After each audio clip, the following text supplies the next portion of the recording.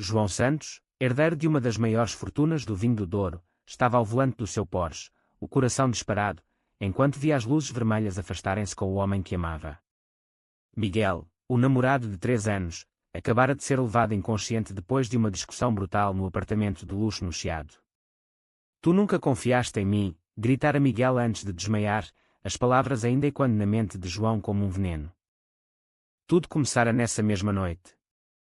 João chegara mais cedo do trabalho na empresa familiar e encontrara Miguel ao telemóvel, sussurrando: sim, ele suspeita de nada, o dinheiro está quase todo transferido. Quando Miguel se virou e viu João na porta, o rosto pálido transformou-se em terror. Não é o que pensas, tentara explicar, mas João, cego pela fúria e pela traição que imaginava, empurrara-o contra a parede. Miguel batera com a cabeça na quina de uma mesa e caíra inerte.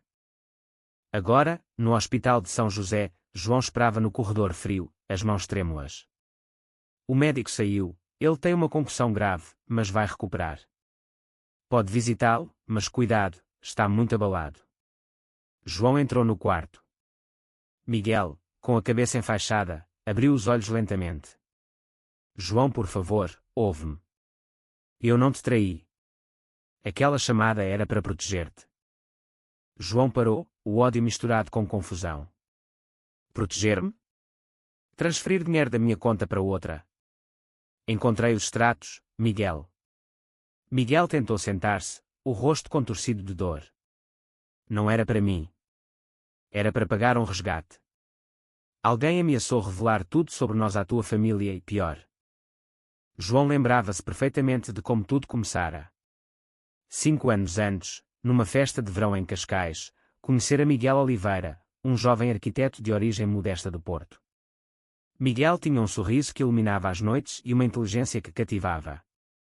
João, então com 25 anos, ainda escondia a sua orientação sexual da família conservadora. Os Santos eram conhecidos pela tradição católica e pelos negócios implacáveis no mundo do vinho. Um filho gay seria um escândalo imperdoável. Mas com Miguel, João sentira-se vivo pela primeira vez. Encontravam-se em segredo, passeios discretos pela Alfama, jantares em restaurantes escondidos no Bairro Alto, noites no apartamento de João onde podiam ser eles mesmos. Miguel nunca pedira nada. Pelo contrário, recusava presentes caros. Quero-te a ti, não o teu dinheiro, dizia sempre. 2 anos depois, João decidira assumir o relacionamento. Contara à irmã mais nova, Ana, que o apoiara em segredo. Mas a mãe, de Helena, e o pai, engenheiro António, continuavam no escuro. João planeava contar tudo num jantar familiar no Douro. Foi então que as ameaças começaram. Primeiro, mensagens anónimas no telemóvel de João, fotos deles aos beijos num bar gay em Lisboa, com legendas: a tua família vai adorar isto. Depois, pedidos de dinheiro, 100.000 euros para manter o silêncio. João pagara a primeira vez, aterrorizado com a ideia de perder tudo: a empresa, a família, o respeito. Miguel descobrira por acaso. Vira os extratos bancários e confrontara João. Por que não me contaste? Podemos denunciar isto à polícia. Mas João, orgulhoso e assustado, recusara. Eu resolvo sozinho. Não quero envolver-te. Miguel, porém, não desistira. Investigara por conta própria, descobrira que o chantagista era um ex-funcionário da empresa demitido por roubo anos antes, chamado Ricardo Mendes. Miguel contactara Ricardo em segredo, fingindo negociar. Planeava gravar uma confissão e entregá-la à polícia. As transferências que João vira eram para uma conta intermediária controlada por um amigo de Miguel na PJ, para atrair Ricardo a uma armadilha. A chamada que João ouvira era Miguel a confirmar com esse amigo que o dinheiro estava pronto e que a reunião estava marcada para o dia seguinte. Mas João, consumido pela paranoia que as ameaças alimentavam, interpretara tudo como traição. A discussão explodira. E agora Miguel estava na cama do hospital por causa dele. Desculpa, murmurou João, as lágrimas caindo finalmente. Fui um idiota. Tinha tanto medo de te perder que acabei por te magoar. Miguel estendeu a mão fraca. Eu amo-te, João. Sempre amei. Só queria que confiasses em mim. Naquela noite, João ficou ao lado da cama até Miguel adormecer. Pela primeira vez em meses, sentiu esperança. Mas no fundo, sabia que o pesadelo não acabara. Ricardo ainda andava à solta, e agora sabia que Miguel estava envolvido. 2 dias depois, Miguel teve alta. João levou-o para a casa de campo da família no Douro, longe da confusão de Lisboa, para recuperar em paz. A propriedade era um paraíso de vinhas douradas pelo outono, com a casa senhorial do século XVIII no topo da colina. Ali, longe dos olhares, podiam ser livres. Os primeiros dias foram de reconciliação doce. Passeavam de mão dada entre as vinhas, conversavam horas sobre o futuro. João prometeu nunca mais duvidar. Miguel planeava a armadilha final para Ricardo. Vamos marcar um encontro em Lisboa. Eu levo o dinheiro falso, tu avisas a PJ. Mas o passado não os deixava em paz. Ana, a irmã de João, ligou preocupada. Mãe está a estranhar a tua ausência. E ouvi rumores na empresa, alguém anda a espalhar que tens um amigo especial. João gelou. Ricardo acelerara o plano. Na noite seguinte, enquanto jantavam no terraço com vista para o Rio Douro, o telemóvel de Miguel tocou. Número desconhecido. Atendeu. Uma voz distorcida: Oliveira, sei que estás com ele no Douro.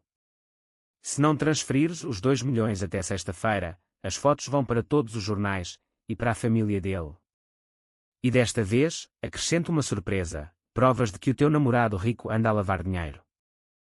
Miguel desligou, pálido. Ele subiu a parada. 2 milhões e agora inventa lavagem de dinheiro. João sentiu o pânico voltar. A empresa familiar já enfrentava investigações fiscais normais, uma acusação falsa poderia destruí-los.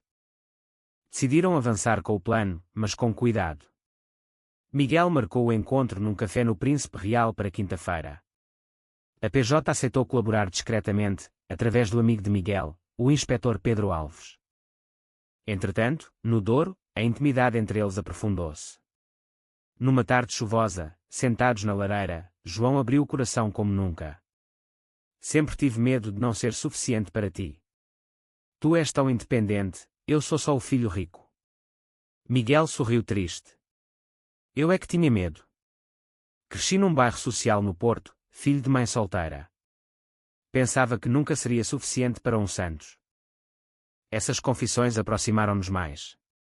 Mas a tensão crescia. Na véspera do encontro, João recebeu um envelope anónimo na casa do Douro.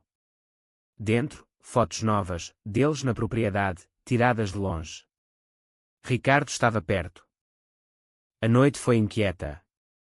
João não pregou o olho, vigiando as janelas. De madrugada, ouviu um barulho no jardim.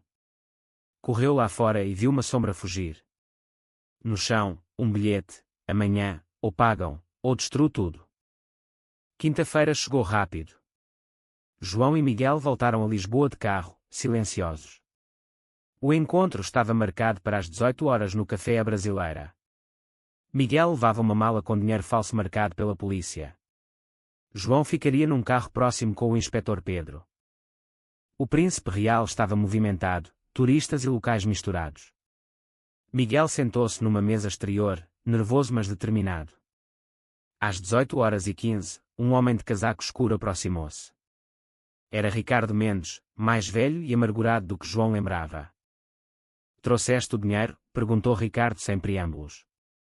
Miguel assentiu, empurrando a mala. Primeiro, as provas. Apaga tudo. Ricardo riu. Depois de contar o dinheiro. Enquanto Ricardo abria a mala, agentes disfarçados aproximaram-se.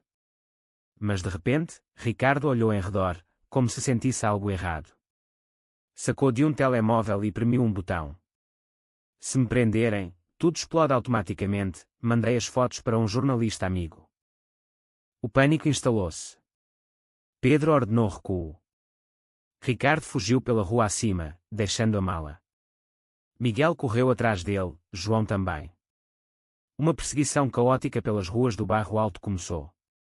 Ricardo conhecia os becos, desaparecendo e reaparecendo. Finalmente, numa praça pequena, Miguel alcançou, derrubou-o no chão. Acabou, Ricardo. Mas Ricardo, ofegante, sorriu. Achas? Pergunta ao teu namorado quem me deu a ideia inicial. João chegou nesse momento, gelado. O quê? Ricardo cuspiu. Há anos, quando fui demitido, alguém me contactou.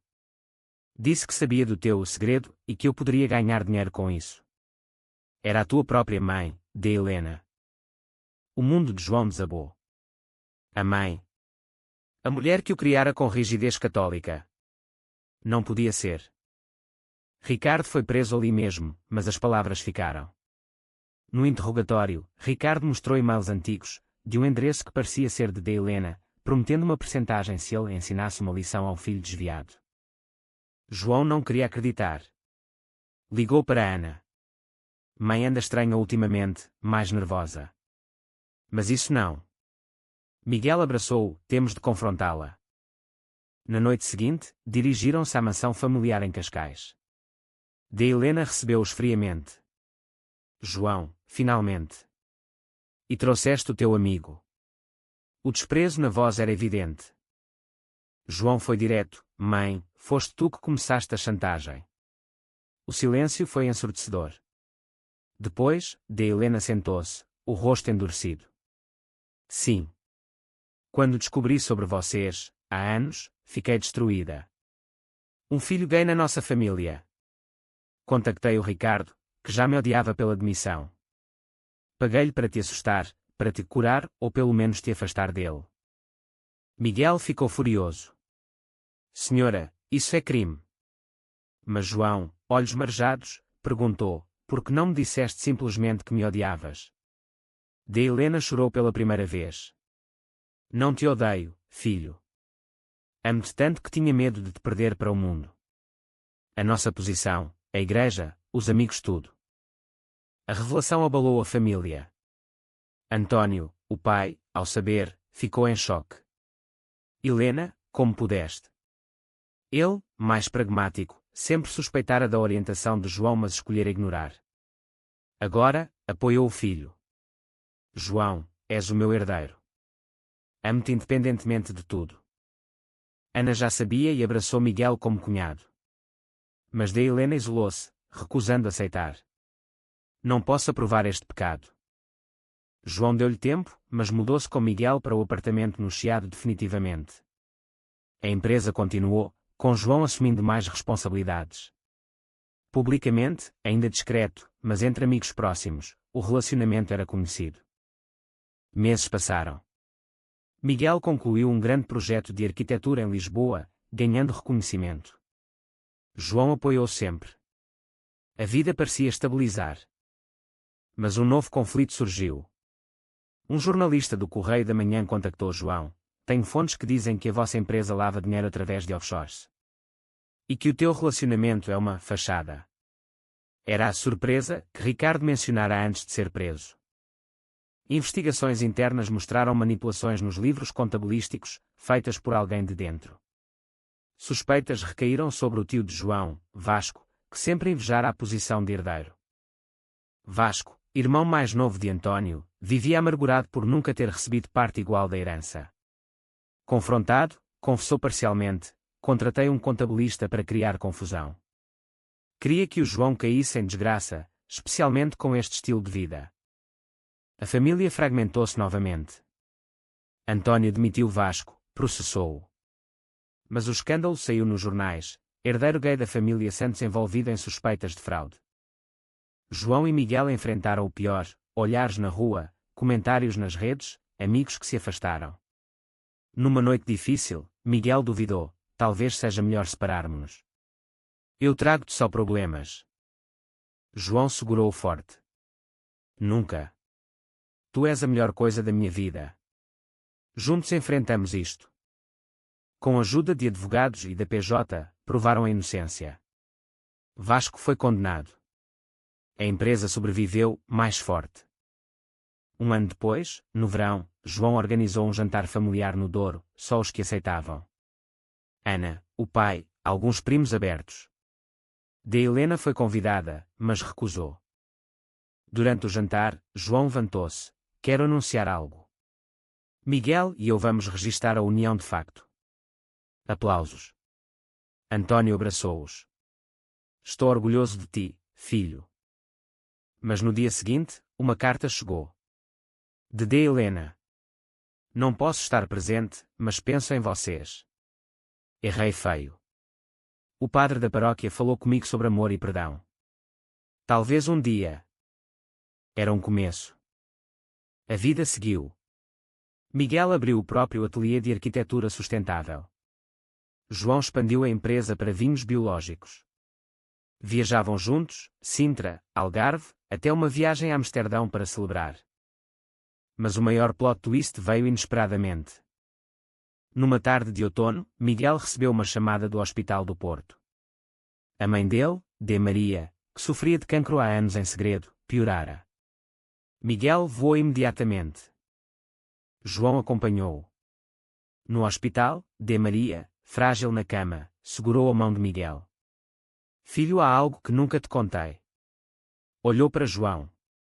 Este jovem João Santos, o pai dele, Antônio, foi o grande amor da minha juventude. Silêncio. Nos anos 80, namorámos em segredo. Eu era empregada na casa deles no Porto.